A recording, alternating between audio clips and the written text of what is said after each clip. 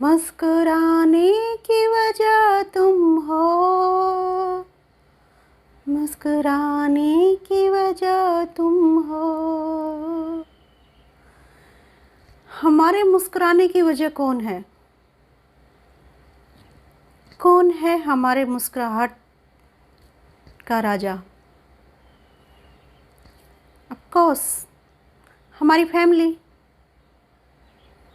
हमारी फैमिली हमारे मुस्कुराने की वजह है। कहते हैं जिसके पास परिवार है वो बहुत लकी होता है, और जिसके पास परिवार ही नहीं उसके पास क्या? यही सुनते हैं हम। होता है ऐसे। एक बार एक महिला डॉक्टर के पास आती है और कहती है, डॉक्टर जी मैं खुश नहीं हूँ। खुश नहीं हो? हाँ मैं खुश नहीं हूँ। मेरे पास सब कुछ है, भगवान का दिया, मेरे पास बहुत दौलत है, धन है, पैसा है, सब कुछ है। मेरे पास परिवार है, हस्बैंड है, बच्चे हैं, पेरेंट्स हैं, मेरे पास सब कुछ है, लेकिन फिर भी मैं खुशी को महसूस नहीं कर पाती। डॉक्टर कहते हैं कि क्यों नहीं हो आप खुश? क्या लगता है कि किसी के पास कुछ नहीं है, किसी के पास कुछ नहीं है वो इसलिए दुखी है, किसी के पास धन नहीं है, पैसा नहीं है वो इसलिए दुखी है, लेकिन आपके पास तो सब कुछ है। ऐसा क्यों? मैं आपसे पूछने आई हूँ डॉक्टर कि ऐसा क्यों? मुझे खुशी चाहिए जीवन में। कि ठीक है, 1 मिनट रुको। डॉक्टर क्या करते हैं, वहाँ पर एक काम कर रही है एक महिला, उसको बुलाते हैं, कहते हैं कांता इधर आओ। कांता आती है, इसको देखो। डॉक्टर कहते हैं उस लेडीज़ को जो आई थी कि इसको देखो, ये अपना सब कुछ गंवा चुकी है। एक एक्सीडेंट में इसके हस्बैंड की और उसके बच्चों की मृत्यु हो चुकी है। वो कहीं बाहर जा रहे थे, एक्सीडेंट हो गया, इसी तरह नहीं बचे वो। पेरेंट्स पहले ही गुजर चुके थे और अब ये बिल्कुल अकेली है, इसके पास कुछ भी नहीं है, और यहाँ तक कि इसके पास इतना धन भी नहीं है कि ये अपनी आजीविका को मतलब समूथली चला सके। लेकिन ये देखो खुश है, खुशी से रहती है। क्यों? बताओ कांता, आपकी खुशी का राज बताओ। कांता कहती है, डॉक्टर साहब मेरे पास कुछ नहीं है, मैं मानती हूँ। जब मेरे बच्चे और मेरे हस्बैंड का एक्सीडेंट हुआ तो मुझे भी ऐसा लगा कि मेरे पास अब रहा ही क्या है, मैं अब इस दुनिया में जीकर क्या करूँगी? मुझे नहीं जीना इस दुनिया में, मुझे मरना है बस। उस मरना चाहती थी, लेकिन क्यों, कैसे? अब आपके मन में यही सवाल होंगे कि फिर वो आज यहाँ कैसे खड़ी है, कैसे बची? एक बार वो ऐसे ही गली में जा रही थी, उसको एक ऐसा भिखारी दिखा, ऐसा बुजुर्ग जिसके पास मतलब पैर भी नहीं है और वो चल फिर भी नहीं सकता, और वो बीमार है, बुखार से वो तप रहा है, वो कर्रा रहा है। वो देखती है, आवाज़ आती है ऐसे ऐसे कराने की, तो वो इधर उधर देखती है कि भाई क्या हुआ, क्या बात हुई। देखती है कि एक बुजुर्ग वहाँ पर तड़प रहा है, हाथ लगा कर देखती है, उसको तो बहुत तेज़ बुखार है। बाबा आपको तो बहुत तेज़ बुखार है, चलिए हॉस्पिटल। कि उसको हॉस्पिटल लेकर जाती है, उसको जो ट्रीटमेंट है वो उसका करवा देती है, वो ठीक हो जाता है। वो कहता है कि वाह बेटी वाह, तूने मुझे बचा लिया। मैं तो खैर वैसे भी मेरी ज़िंदगी किसी काम की नहीं बेटी। नहीं बाबा ऐसे मत बोलिए। तो जिस तरह से वो खुश होता है ना, उसको बहुत अच्छा लगता है।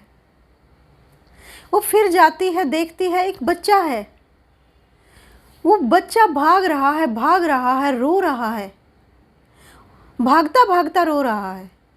वो कहती क्या हुआ बेटा, क्या हुआ? कि मैं खो गया हूँ आंटी, और मेरे मम्मी पापा पता नहीं कहाँ हैं। उसको पुलिस स्टेशन लेकर जाती है। इस तरह से वहाँ पर मतलब वो पुलिस है जो उसके मम्मी पापा को ढूंढ लेते हैं और वो बच्चे को मिलवा देते हैं। बच्चा बहुत खुश होता है, पेरेंट्स भी बहुत खुश होते हैं, उसका धन्यवाद करते हैं। उनके चेहरों पर खुशी वो देखती है तो वो खुद भी खुश होती है। आगे चलती है, जाती है तो देखती है एक बिल्ली का बच्चा उसके पीछे पीछे आ रहा है। वो उसको दूध दे देती है। वो दूध पी के ऐसे आराम से पूंछ हिलाता हुआ खेलने लगता है। उसको देखकर भी उसको बहुत खुशी होती है और हमेशा से वो उसके पास आने लगा। आगे चलती है, देखती है एक डॉग दर्द से दुखी है, उसको पता नहीं क्या हो गया है। उसको वो डॉक्टर के पास लेकर जाती है। उसको उसका जो भी इलाज है वो करवा कर लेकर आती है। उसको खाना पीना खिलाती है। आस पास उसको जो भी मतलब दुख दर्द दिखाई देता है, पड़ोस में कोई बीमार है, खाना नहीं बन रहा, उसका खाना बनाती है। उसके लिए, हर किसी के लिए वो हेल्प करती है। उसको खुशी मिलती है। वो धीरे धीरे धीरे धीरे ऐसा करना अपनी ज़िंदगी में मतलब जारी करती है। दूसरों के लिए वो जीने लगती है। और यहाँ हॉस्पिटल में आकर भी वो इन जो ये पेशेंट हैं इनकी बहुत हेल्प करती है। इन मरीजों से बातचीत करती है, इनको क्या खाना है, कैसे इनकी बेड शीट बिछानी है, इनको उठाना है या क्या करना है, उनकी बहुत तरह से मतलब वो हेल्प करती है। और जिसका कोई नहीं है वो उसकी होती है। जिसको खाना नहीं मिलता वो उसको खाना खिलाती, वो हर तरह की हेल्प करती है। और यह हेल्प करके उसको बहुत ही खुशी मिलती है। वो कहती है कि मैं यह सब करके मतलब बहुत खुशी फील करती हूँ, बहुत अच्छा मुझे लगता है और मैंने इसको ही अपनी ज़िंदगी बना लिया है। और ऐसा करते करते मुझे मेरे घर परिवार, मेरे बच्चों की भी याद नहीं आती। मैं बिजी रहती हूँ और मैं हमेशा मतलब अच्छा हुआ कि मैंने सुसाइड नहीं किया और मेरी ये जो ज़िंदगी है ये दूसरों के काम आई। और कितने लोग मुझे दुआएं देते हैं और वो उनके मुंह पर, उनके फेस पर मैं खुशी लाकर मैं कितना खुश होती हूँ। उस खुशी का एहसास मुझे तब होता है, वरना तो नहीं। आप ऐसा करके देखिए, आप दूसरों के लिए जी कर देखिए, दूसरों की छोटी छोटी जो खुशियाँ हैं, दुख हैं, उनमें शामिल होके देखिए।